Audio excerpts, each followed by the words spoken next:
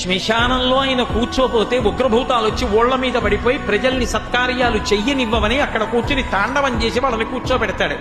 పార్వతీదేవి అడిగింది మహాభారతం అనుశాసనిక పర్వంలో, శుభ్రమైన కైలాసం ఉండగా, ఇంత ఐశ్వర్యం ఉండగా, చింతామణి గృహం ఉండగా శ్మశానంలో ఎందుకుంటున్నారని అడిగింది.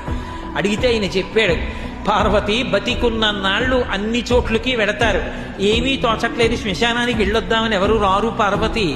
నేనంతవాణ్ణంటాడు, పొడుగ్గా ఉన్నానంటాడు, తెల్లగా ఉన్నానంటాడు, పండితుండంటాడు, పద్యాలు నాకు నోటికొచ్చంటాడు, ఉపన్యాసం చెప్పగలనంటాడు, నాకు పాటలొచ్చంటాడు, నేను నాట్యం చేస్తానంటాడు, నేను అధికారినంటాడు, నా దగ్గర డబ్బు ఉందంటాడు, నేను పాట పాడగలనంటాడు. ఇన్ని ఉన్నాయనుకున్న వాడిలోంచి ఊపిరి బయటికి వెళ్ళిపోయిన తరువాత వాణ్ణి తీసుకెళ్లి 4 కొత్త కర్రల మీద పడుకోపెట్టి చాప చుట్టి తాడు కట్టి పైన నూలుబట్ట కప్పి తీసుకొచ్చి అన్నీ తీసేసి కర్రల మీద పడుకోపెట్టి కాల్చేస్తుంటే జీవుడు లేచి నిలబడి